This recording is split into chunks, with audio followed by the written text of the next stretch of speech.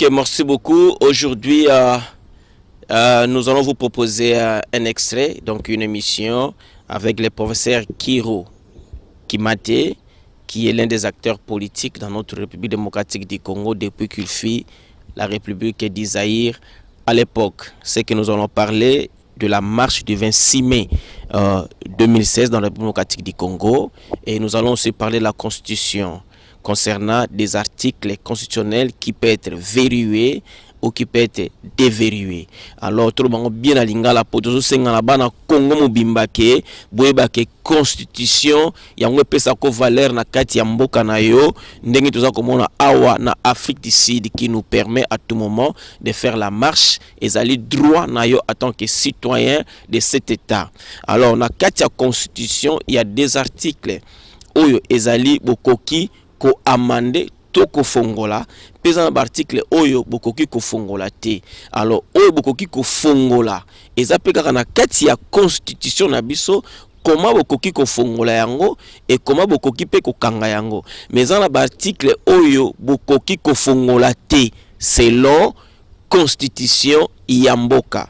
Donc tolingi olanda émission oyo po oyeba ozwa mayele eteke constitution ezali verrouillé, donc koki kofungola pesa na article oyo okoki kofungola te, ça doit rester ndenge ezali na kati ya constitution. Alors yango aujourd'hui nous avons fait appel au professeur Kiro Kimate Emmanuel à expliquer biso à long et à large et à lobala biso concernant position ya MSR G7 l'association Autocominango na République démocratique du Congo. Merci beaucoup. Au micro, c'est Moïse Kalo.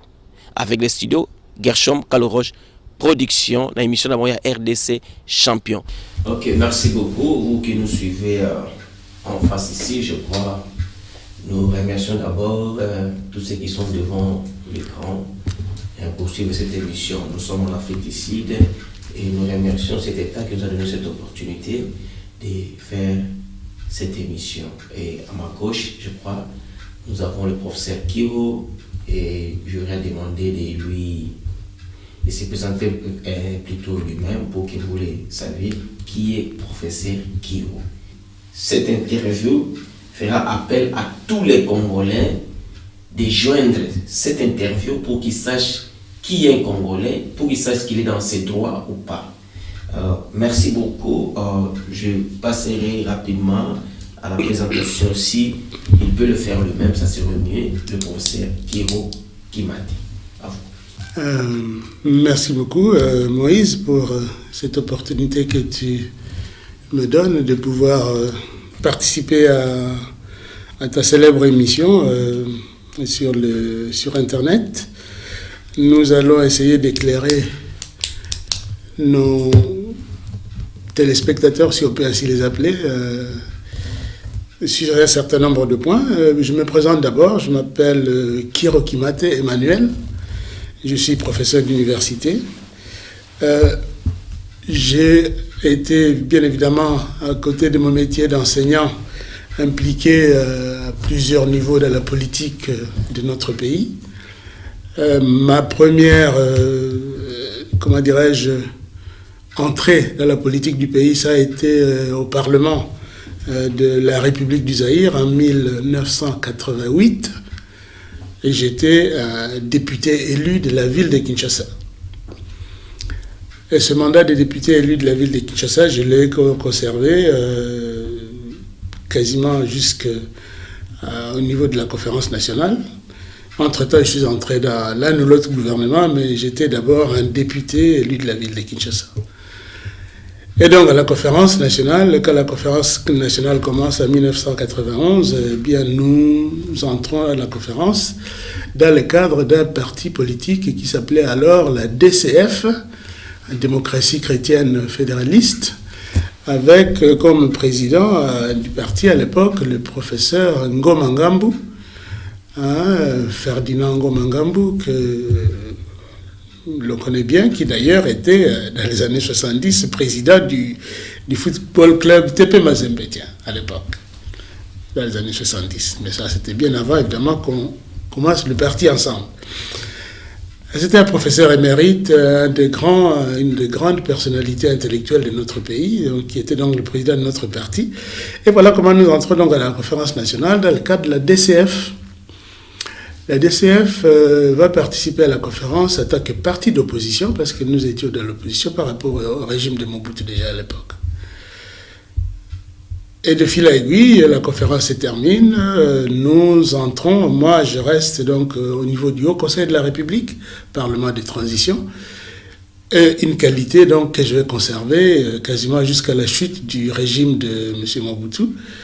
La chute de Mobutu donc en 1997, renversée par les forces de l'AFDL.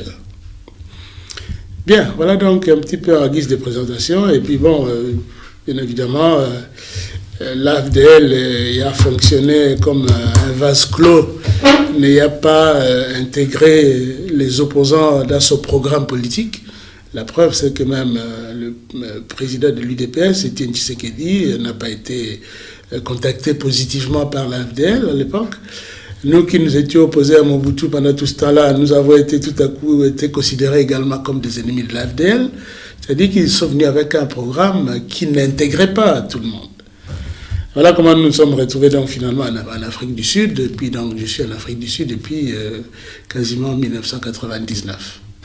Et donc, merci beaucoup pour ce qui m'a dit Emmanuel. Comme vous venez de parler de votre parcours au pays, et je crois que ce qui sont beaucoup plus, c'est que nous allons commencer à débattre. C'est la conférence nationale souveraine qui est restée gravée vraiment dans les têtes, surtout nous qui étaient déjà des jeunes à l'époque. C'était comme étant notre, je pouvais dire, notre manteau. On espérait beaucoup à la conférence nationale souveraine. Je pouvais, pardon, de rentrer dans notre bref de ce soir. Je vois derrière vous, vous avez la MCR, c'est le mouvement social pour le renouveau. Nous avons le G7 et nous avons la photo de M. Madiba. Vous pouvez nous expliquer pourquoi vous avez mis Madiba derrière vous? Je vais vous dire, je vous ai déjà dit que je suis donc en Afrique du Sud depuis 1999, depuis l'époque donc où nous avions senti à l'époque que le pouvoir AFDL n'était pas, ne se souciait pas de l'intégration de toutes les forces acquises au changement quand il est arrivé à 1997. Tant et si bien que nous qui étions déjà dans l'opposition par rapport à Mobutu, nous avons été persécutés par l'AFDL, la question. Et voilà comment moi je suis arrivé, j'ai dû quitter le Congo donc quasiment clandestinement parce qu'ils avaient confisqué mon passeport et tout. Et donc je suis arrivé ici, c'est toute une longue histoire que je peux vous raconter une autre fois, mais disons je suis arrivé ici à 1999. Alors, la photo de Madiba ici qui est derrière moi, Nelson Mandela, c'est tout un symbole pour moi. Parce que voilà un pays qui m'a accueilli, en fait, dans le moment le plus difficile, et qui m'a donné une seconde chance de reprendre ma vie qui était quasiment au plancher, avec ce qui s'était passé dans notre pays. Et j'ai recommencé donc ici à zéro, et puis bon, donc j'ai beaucoup d'estime pour Madiba, et je crois que si les présidents africains pouvait se donner la peine d'étudier l'itinéraire de cet homme et de voir ce qu'il a fait du pouvoir quand il l'a eu à l'exercer. D'abord, comment il est arrivé après beaucoup de sacrifices, et comment il a su pardonner à ceux qui l'avaient torturé, et comment il a su partir uniquement après 5 ans d'exercice du pouvoir, alors qu'il aurait pu rester tout le temps qu'il voulait. Personne n'aurait demandé à Mandela de quitter le pouvoir. Alors, MSR, c'est évidemment, je me suis réimpliqué dans la politique du pays parce que nous ne pouvons pas laisser notre pays aller à la dérive et retomber dans les dictatures que nous avons bannies, contre lesquelles on s'est battu déjà à l'époque de Mobutu.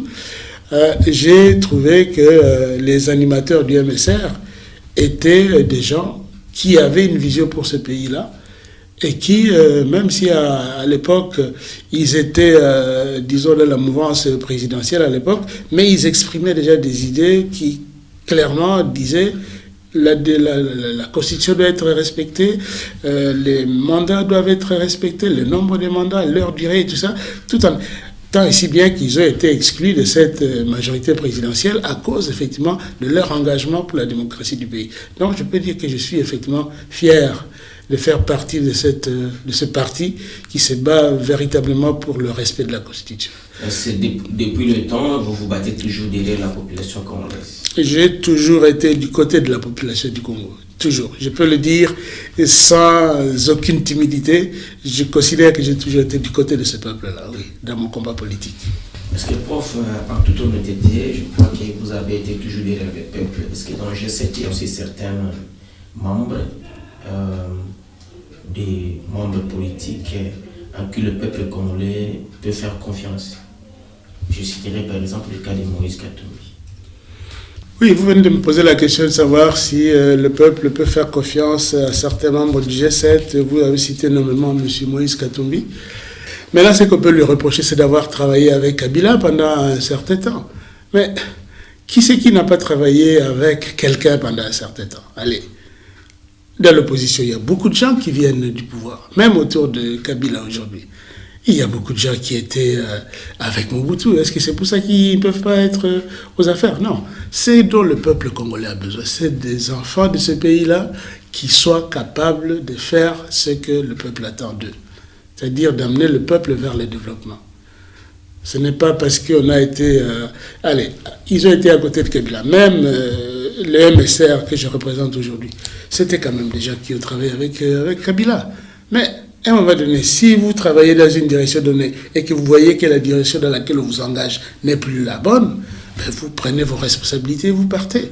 Non, je dois dire que des gens comme M. Katumbi, des gens comme M. Pierre Lumbi, des gens comme M. Kamitatou et ces gens-là, qui étaient à des postes de responsabilité où ils gagnaient bien leur vie, politiquement parlant, décider de partir, de quitter ces postes, ces avantages, parce qu'ils croient que les idées qu'ils représentent ne sont plus défendues, eh bien, je crois qu'il faut beaucoup de courage politique. Et il n'y a pas beaucoup de gens autour du président Kabila aujourd'hui qui peuvent faire quoi que ce soit comme reproche à ceux qui sont partis. Non, ceux qui sont partis ont fait preuve d'un nationalisme qu'on ne connaît pas beaucoup au Congo.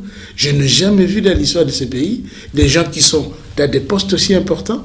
M. Lumbi était conseiller spécial du président. C'est quand même un poste très élevé. Bon.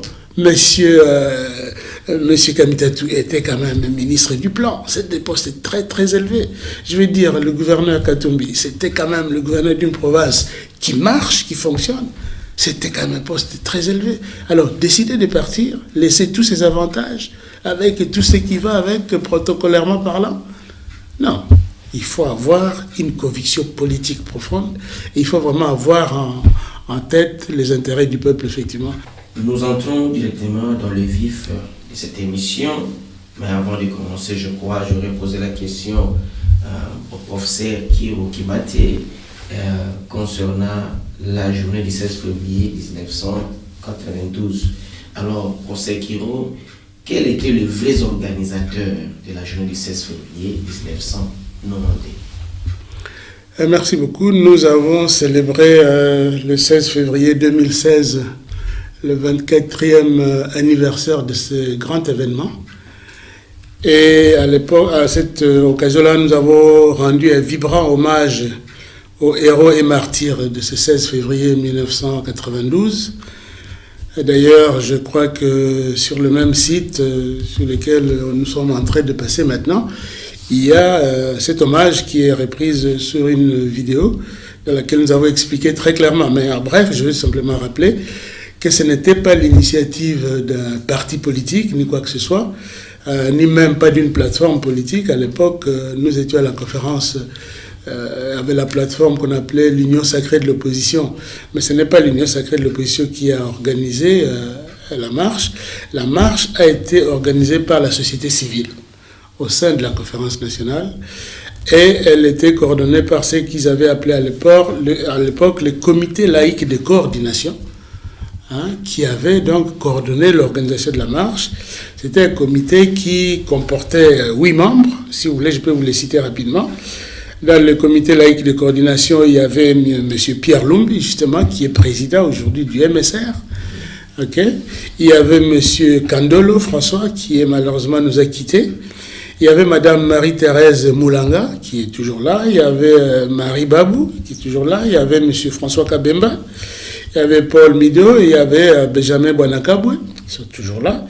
Et puis il y avait un certain Julien, le mec qu'on appelle Julien toujours. Alors voilà donc les 8 membres de ce comité laïque de coordination qui, encore je le rappelle, n'appartenait pas au parti politique, mais appartenait à la société civile. Alors, il y a eu la contribution effectivement de M. l'abbé Joseph Poundou, qui était à l'époque donc à la paroisse Saint-Alphonse de Matete à l'époque, et qui a aidé donc à l'organisation pratique. Hein, comment lui il a initié nos 8 membres ici du comité laïque, il les a initiés un peu aux techniques d'organisation de marche non violente. Okay? C'est lui qui les a un petit peu encadrés, qui leur a expliqué ce qu'on appelle la non-violence évangélique. Parce qu'il faut se souvenir que ce comité a été organisé également autour, c'était la plupart d'entre eux, c'était quand même en coordination avec l'Église catholique. Okay. D'où la nécessité, c'était la nécessité donc d'appliquer ces techniques de non-violence évangélique, comme on l'appelle, une technique qui a été très développée en Amérique latine. Au mois de janvier, en fait, 1992, la conférence a été suspendue. Au mois de janvier, elle avait déjà été suspendue, en somme, par le gouvernement de Jean-Gouns Carl Libond. Hein, le gouvernement donc, du président Mobutu avec comme premier ministre Ngunza Carl Libond. Alors donc, comme on était bloqué, la conférence épiscopale du Zaïre, qui s'était réunie à l'époque entre le 20 et le 27 janvier, si ma mémoire est bonne, a reconnu donc, cette conférence des évêques donc, de chez nous, a reconnu qu'il était impératif que la conférence soit réouverte. Voilà comment donc à partir de cette prise de position de l'épiscopat, ce comité laïque va se saisir de la balle et ils vont décider d'organiser cette marche pour obliger le gouvernement à réouvrir la conférence. Conférence qui avait été suspendue après 5-6 mois seulement de fonctionnement. Alors pourquoi est-ce que la conférence était suspendue? Peut-être la question qu'on pourrait poser. Eh bien, c'est parce que quand la conférence a été convoquée, c'est un petit peu comme l'histoire du dialogue dont on nous parle maintenant, on vous amène dans une réunion avec un agenda caché et on essaie d'en sortir quelque chose. Mais dans le cas de la conférence qui avait commencé donc au mois de juillet 1991, eh bien, très rapidement a été reprise en main par nous, les forces de l'opposition, et on voulait la proclamer souveraine. Et quand on a voulu proclamer la souveraineté de la conférence, eh bien, le gouvernement de Mobutu, évidemment, n'a pas vu les choses de cet œil-là, et il a trouvé bon simplement de suspendre la conférence. Ça, selon la Constitution, ou selon les assises de la Conférence nationale souveraine, qui en cas de cet article, il serait comme ça, comment? Parce qu'on peut savoir. Non, la conférence nationale, il n'y avait pas de constitution, il y avait un règlement d'ordre intérieur. De la conférence nationale. Qui n'a pas été respecté par le pouvoir en place. C'est-à-dire la conférence nationale, d'après le gouvernement, la conférence nationale a fait un coup d'État, si vous voulez, constitutionnel, parce qu'elle s'est autoproclamée souveraine, c'est-à-dire que cette décision devait être applicable et opposable à tous, y compris au gouvernement, et c'est là que le gouvernement n'était pas d'accord. Ils ont dit non, vous n'avez pas le droit de vous autoproclamer souverain et de prendre des décisions qui vont s'imposer à nous. Il n'y a personne qui vous a donné ce mandat-là. Nous avons rétorqué que nous étions une conférence nationale, donc les représentants du peuple vraiment à la base. Nous étions les souverains primaires, c'était nous. C'était le peuple qui nous avait envoyé là, et donc nous avions toute la souveraineté. Et ce que nous avions décidé était vraiment décidé par les représentants directs du peuple. Et c'est fort de cet argument-là que nous avons dit non, elle doit être souveraine. Et c'est là que le gouvernement Ngunza a dit non. Si vous voulez être souverain, donc on la ferme, tout simplement. Voilà comment elle a été fermée, comment la marche du 16 février avait comme objectif de réouvrir la conférence. Elle a été sous la pression du peuple. Sous la pression, effectivement, du peuple, effectivement. Elle a été réouverte Et la suite, on la connaît, elle a continué, elle était souveraine, elle a pris des décisions, des actes qui, malheureusement, évidemment, avec ce qui s'est développé après au pays, n'ont pas été appliqués comme elle le souhaitait. Merci beaucoup. Procès, nous vous l'avons suivi la semaine passée, en date du 26 mai 2016 plutôt, excusez-moi, concernant la déclaration que vous avez lue. C'était les associations et forces acquises au changement, c'était UNC, Dynamique de l'opposition, MCR et G7, Fonds citoyen, 2016. Nous avions lu la déclaration, nous étions presque présents là-bas. Le studio Gershom a été invité. C'est ce que le studio Gershom est descendu justement à CPUT, à la salle CPUT, l'université, pour assister à la lecture de la déclaration qui a été faite par le professeur Kiro Kimate Emmanuel. Alors pourquoi le MSR G7 Kekton et avec les associations et forces acquises au changement ont jugé la décision rendue par les juges de la Cour constitutionnelle comme étant une violation flagrante de la Constitution du 16 février 2006 à Sun City. La question de l'arrêt de la Cour constitutionnelle n'a pas fini d'agiter l'opinion publique congolaise. Nous pensons même que c'est une violation extrêmement grave de la Constitution. Et de facto, la Cour constitutionnelle devrait, je le dis sans exagération, devrait tout simplement se démettre elle-même. Parce qu'elle est supposée protéger la Constitution en l'interprétant comme il faut quand il le faut. Et là, elle a montré qu'elle n'était pas à sa hauteur. Qu'est-ce que je veux dire par là? Je veux dire par là que une Constitution comme la nôtre comporte un certain nombre de verrous qu'on ne peut pas enlever même si on s'appelle la Cour constitutionnelle. Même la Cour constitutionnelle n'a pas le pouvoir d'ouvrir ces verrous-là. Est-ce que vous pouvez expliquer à ceux qui nous suivent à la population congolaise qu'est-ce que nous appelons les articles verrouillés et déverrouillés? Je vais y aller tout simplement à dire ceci. La Constitution de la République que nous avons est une Constitution définitive. Ce n'est pas une Constitution transitoire, comme certains l'ont dit, une Constitution provisoire. Non, c'est la Constitution de la République démocratique du Congo. Définitive. Bon, maintenant, nous, en tant que MSR, en tant que G7, en tant que force acquise au changement, les autres partis qui sont co-signataires de la déclaration que nous avons faite, nous disons quoi? Nous nous opposons à la révision de la Constitution qui violerait cette Constitution. Une Constitution, c'est une loi fondamentale. Elle n'est pas statique pour dire qu'on ne peut pas la réviser, mais elle-même prévoit les mécanismes de révision. Bien, donc, nous étions en train de dire que l'arrêt de la Cour, elle a violé cette Constitution parce que, de facto, elle est une révision de la Constitution contraire au mécanisme que la Constitution a prévu. Bon. Alors, la Constitution de 2006 prévoit, effectivement, dans son titre 7, des mécanismes de révision. C'est-à-dire, ça veut dire qu'on peut la réviser. Elle a prévu elle-même qu'on peut la réviser. Mais comment est-ce qu'on peut la réviser? L'initiative de la révision, c'est l'article 218, l'initiative d'une révision constitutionnelle appartient concurremment au président de la République, au gouvernement, qui, après délibération au Conseil des ministres, à chacune des deux chambres, c'est-à-dire l'Assemblée nationale peut décider, le Sénat peut décider, okay, ou à une fraction du peuple congolais. Si 100 000 Congolais se mettent ensemble, ils signent une pétition pour demander la révision de la Constitution, ils adressent la pétition au Parlement, eh bien, la pétition va arriver, elle va demander la révision. Donc la Constitution prévoit elle-même comment on peut la réviser. Ce n'est pas écrit qu'on ne peut pas la réviser. Par contre, alors ça c'est important, il y a un article qui n'est pas loin de là, qui est de l'article 220, qui dit clairement qu'est-ce qui ne peut pas être révisé. C'est ça que nous appelons le verrou constitutionnel auquel nous sommes accrochés aujourd'hui.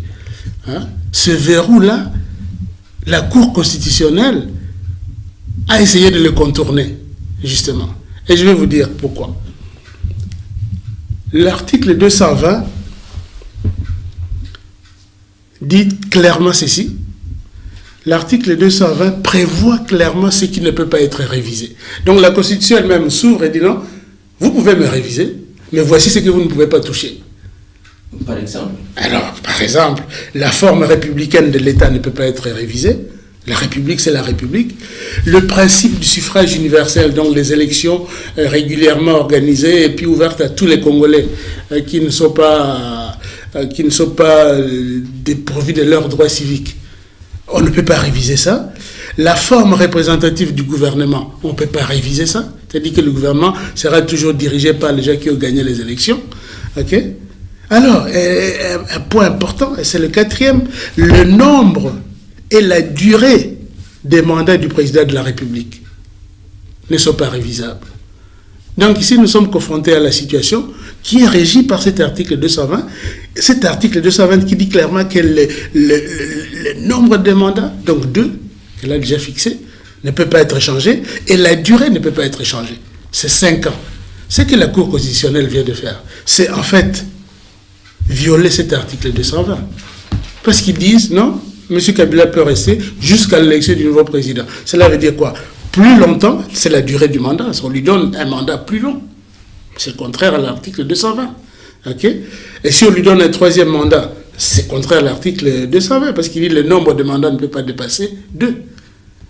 Okay? Si nous voulons savoir le nombre de mandats, nous allons simplement à l'article 70 de la même Constitution qui dit que le président de la République est élu pour 2 mandats de 5 ans. Okay? Donc l'article 70 fixe clairement le nombre de mandats. Okay? Le même article 70 fixe clairement la durée de ces mandats-là. Okay? Et le même article 70 qui dit non renouvelable. Vous voyez? Donc c'est clair et net. Okay? Alors, maintenant, essayer de nous amener à un 3e mandat, ça viole très clairement l'article 220. Allonger le mandat sous quelque prétexte que ce soit, ça viole toujours le même article 220. Et donc, les gens qui disent nous nous opposons à la révision, non, nous nous opposons à la violation de l'article 220 qui dit qu'on ne peut pas réviser la Constitution en ce sens qu'on change le nombre de mandats. Le nombre et la durée des mandats sont non révisables. Point terminé à la ligne. Et si nous allons à l'article 270 maintenant, de la même Constitution, nous allons voir que ce que la Cour constitutionnelle a fait, c'était même en fait une tentative de coup d'État constitutionnel. Parce que l'article 70 dit ceci: le président de la République est élu au suffrage universel direct pour un mandat de 5 ans, renouvelable une seule fois. C'est clair. C'est plus clair que de l'eau de robinet. Élu pour un mandat de 5 ans, renouvelable une seule fois. Ok? Et quand on dit maintenant, l'arrêt de la Cour constitutionnelle dit qu'il va rester jusqu'à ce qu'il y ait un nouveau président élu. Bon, nous disons que ça, c'est la violation de la Constitution parce qu'effectivement, l'article 70, qu'ils ont prétendu interpréter, dit à la fin de son mandat, le président de la République reste en fonction jusqu'à l'installation effective du nouveau président élu. Ok? Du nouveau président élu. Bon, alors ils se sont appuyés là-dessus et disent oui, bon, tant qu'il n'y a pas eu d'élection, il reste. Ok? Logiquement, ça pourrait être ça. Mais ceux qui ont fait la Constitution ici, ils savaient que là aussi il y avait quelque chose, un passage par lequel on pouvait glisser. C'est pour ça qu'ils ont mis le verrou de l'article 73. Ils ont dit, et ce verrou-là maintenant il concerne la CENI, il dit voilà, les scrutins pour l'élection du président de la République est convoqué par la CENI 90 jours avant l'expiration du mandat du président en exercice. Donc si on compte 90 jours avant, ça nous amène au 19 août. Bon, cela veut dire qu'on ne peut pas se retrouver dans le cas de figure que la Cour constitutionnelle nous a amené. La Cour constitutionnelle ne peut pas nous dire il va rester jusqu'à ce que le nouveau président soit élu. Non, nous savons que 3 mois avant son mandat se termine, on doit appeler les gens à le remplacer, à voter. Et justement, si on ne le fait pas, parce que c'est ce qui va se passer, si on ne le fait pas, eh bien, il va tomber dans le cas d'empêchement, qui est aussi prévu par la Constitution. Sur quel article? La vacance du pouvoir est prévue pas très loin, à l'article 75. L'article 75 de la même Constitution, vous savez, tous ces articles, il faut les lire ensemble. Il ne faut pas que la Cour constitutionnelle vienne nous embrouiller en lisant la moitié d'un article sans tenir compte des autres. L'article 75, il dit ceci: en cas de vacances, quelles sont les causes possibles de vacances? Le décès, la démission, ou pour toute autre cause d'empêchement définitif. C'est là, justement, que se trouve le verrou, encore une fois. Le président peut mourir. Bon, il faut le remplacer s'il meurt. Le président peut démissionner.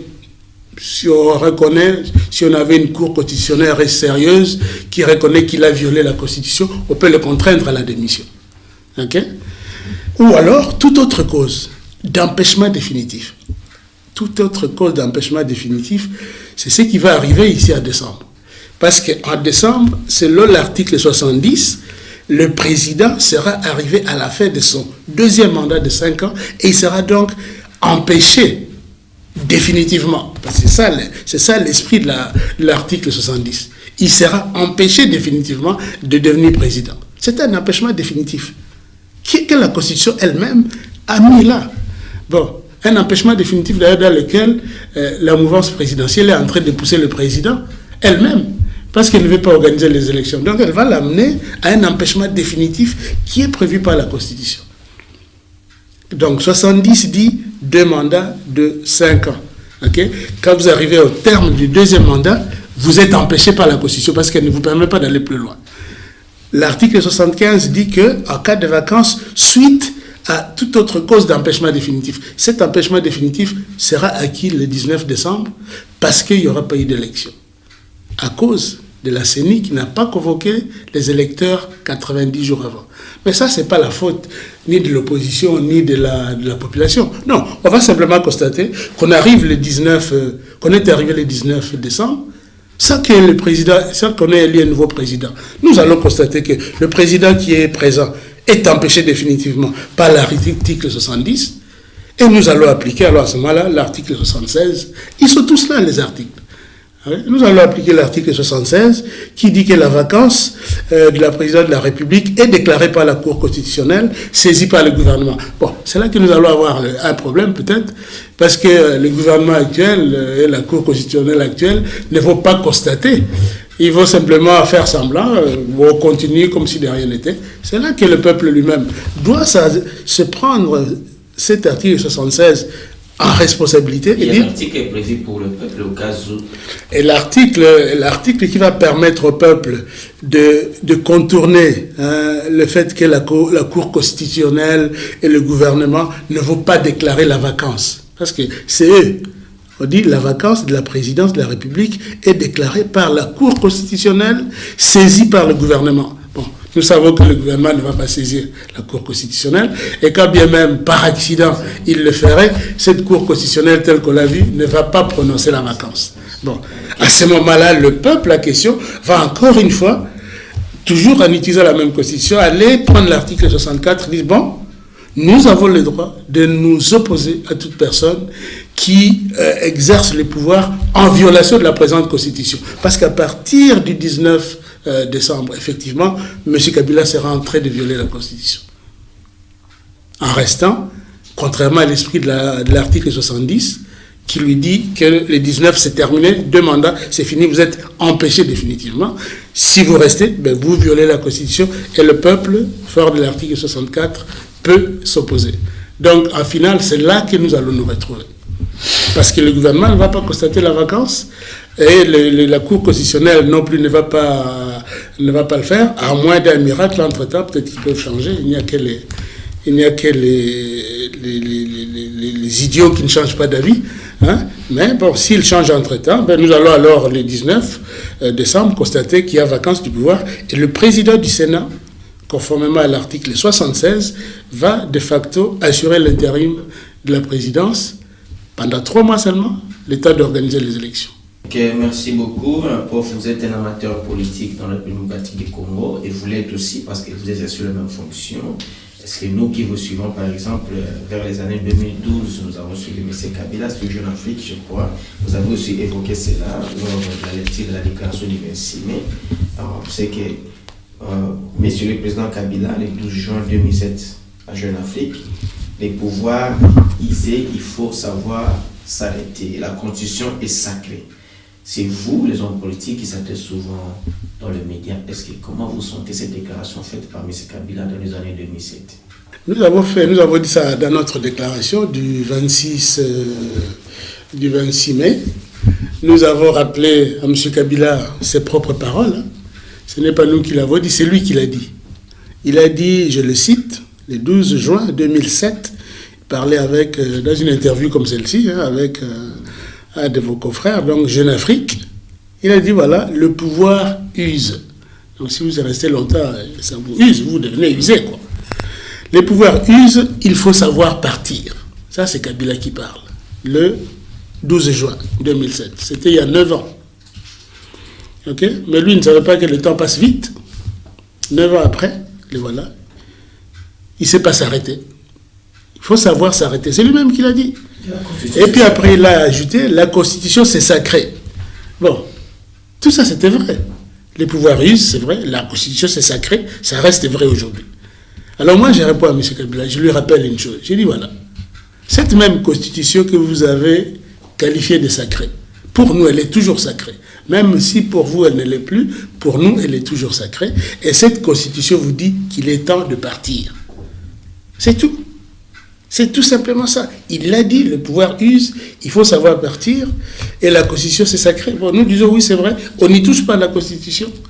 Hein? En tout cas, pas à ce qui concerne les articles non révisables. Je renvoie M. Kabila à aller avec ses conseillers juridiques, aller réétudier l'article 220 de cette Constitution et de l'associer avec l'article 70, de l'associer avec l'article 73, de l'associer avec l'article 75 et de l'associer avec l'article 76 pour savoir qui sera son remplaçant le 19 décembre.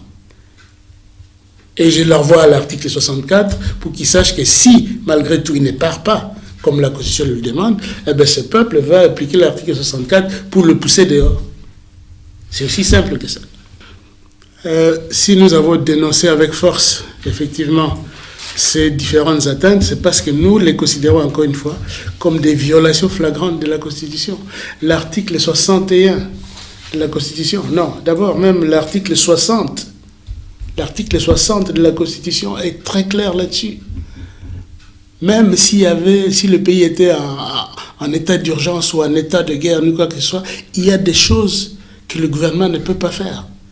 Et effectivement, l'article 60 dit que le respect des droits de l'homme et des libertés fondamentales consacrées dans la Constitution, dans cette Constitution, il y a toute une série d'articles qui concernent ces libertés, mais il dit que le respect de ces droits-là, fondamentaux, s'impose au pouvoir public et à toute personne. Donc, commençant par M. Kabila et à passer par toute la structure, que ce soit les gouverneurs des provinces, les chefs de la police, l'armée, tout le monde, sans exception, doit respecter les droits de l'homme et les libertés fondamentales. Bien. Qu'est-ce qu'on appelle liberté fondamentale? Quand vous voulez manifester votre désaccord avec le gouvernement, vous avez le droit, c'est la Constitution qui le dit. Je peux vous chercher l'article. C'est la Constitution qui dit que vous avez le droit de marcher sur les lieux publics, pourvu que vous ne perturbiez pas l'ordre public. C'est clairement dit là-dedans. On ne peut pas toucher à ça. La marche, d'ailleurs, ce qui m'étonne, c'est qu'en République démocratique du Congo, le gouvernement est le premier à violer la Constitution tout le temps. Quand quelqu'un va à l'hôtel de ville pour dire « je vais faire une marche », l'hôtel de ville n'a pas à autoriser la marche. Non, ce n'est pas une permission qu'on demande. La Constitution nous donne le droit de marcher. Vous devez simplement aviser l'hôtel de ville. C'est pour information. Ce n'est pas une question de demander la permission. Et l'hôtel de ville va sécuriser, va sécuriser simplement le secteur. Voilà, tout simplement. on vous informe que nous allons marcher sur telle artère. C'est ce qui se passe ici en Afrique du Sud. L'article 61 complète tout ça. Par exemple, la liberté de la presse, la liberté de conscience, liberté de religion et tout ça. Tout ça est prévu dans la Constitution. C'est le gouvernement qui viole systématiquement cette Constitution en imposant des choses qui sont totalement contre la Constitution. C'est votre droit d'aller marcher sur la rue, tant que vous ne cassez rien. Vous informez l'hôtel de ville. Mais ils ne peuvent pas dire on n'a pas autorisé. Non, ils n'ont pas le droit de ne pas autoriser. C'est déjà une violation de la Constitution de ne pas autoriser une marche. Merci beaucoup. Nous approchons vers la fin de cette émission. Si le professeur Kiro Kimate, qui est le représentant légal du MSR et du G7 ici en Afrique australe, peut avoir un mot qui peut s'adresser à la population congolaise, tant nationale qu'internationale. Là, je fais appel à la diaspora congolaise. Bien, merci beaucoup pour l'opportunité que vous me donnez là, cher Moïse. Je dois dire, donc, comme vous dites, un dernier mot à notre peuple. Chers compatriotes, je suis content de pouvoir m'adresser à vous, vous qui êtes au pays, aussi bien que vous qui êtes de la diaspora comme moi, donc, à l'étranger. Je dois vous dire que le gouvernement de la République, le gouvernement donc de M. Kabila, qui dirige notre pays, est en train d'amener notre pays vers le précipice. Un précipice qui risque de coûter des centaines, si pas des milliers de vies aux Congolais. Il est encore temps de changer ça et d'empêcher que cela n'arrive. Mais si on devait en arriver là, je dois dire que le 19 décembre 2016 sera une date dont l'histoire de ce pays se souviendra, comme de l'histoire du 16 février 1992, grâce au courage que vous allez manifester ces jours-là pour effectivement chasser du pouvoir quelqu'un qui y est tout à fait légalement aujourd'hui, mais qui, à partir du 20 décembre, sera en train d'exercer le pouvoir en violation de la Constitution. Et donc, ces jours-là, c'est vous, le peuple, qui allez lui rappeler ses obligations constitutionnelles, notamment le serment qu'il a fait de respecter la Constitution et d'être le garant de la Constitution. Donc, le 19 décembre, il sera sorti de la légalité et c'est vous, le peuple, qui le lui rappellerez, qui le pousserez dehors. Donc, que vous soyez à l'intérieur du pays ou dans la diaspora à l'extérieur, sachez que cette date-là est une date qui vous attend et qui va vous interpeller parce que l'avenir de vos enfants dépendra du courage que vous aurez le 19 décembre. Mais d'ici là, j'espère que la Commission nationale électorale indépendante aura acquis la sagesse de convoquer les élections, en sorte que M. Kabila puisse faire la remise et reprise ces jours-là avec le président qui aura été nouvellement élu. Voilà, chers amis, merci beaucoup. Merci beaucoup, chers téléspectateurs. Je crois que vous nous avez suivis pendant tout au long de cette interview avec le professeur Kiro Kimate, donc diaspora, quelle était notre vision et quelle est notre ambition concernant la République démocratique du Congo, qui est notre cher pays.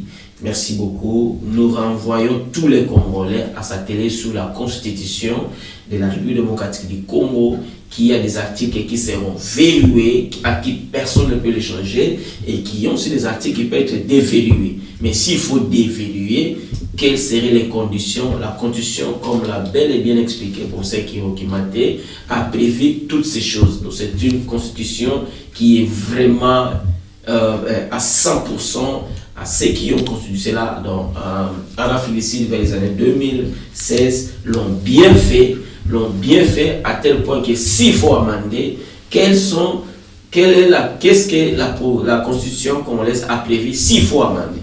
Mais il y a des articles à qui on ne peut pas toucher ni déverrouiller. Cela doit rester intact, uniforme, jusqu'à ce que, comme nous voyons, la Constitution de l'Amérique et de la France.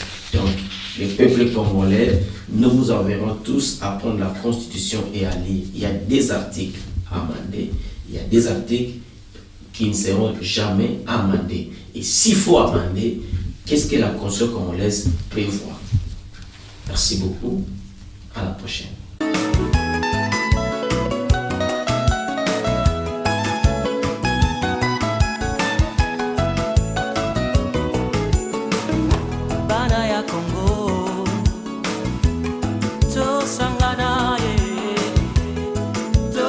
Angola.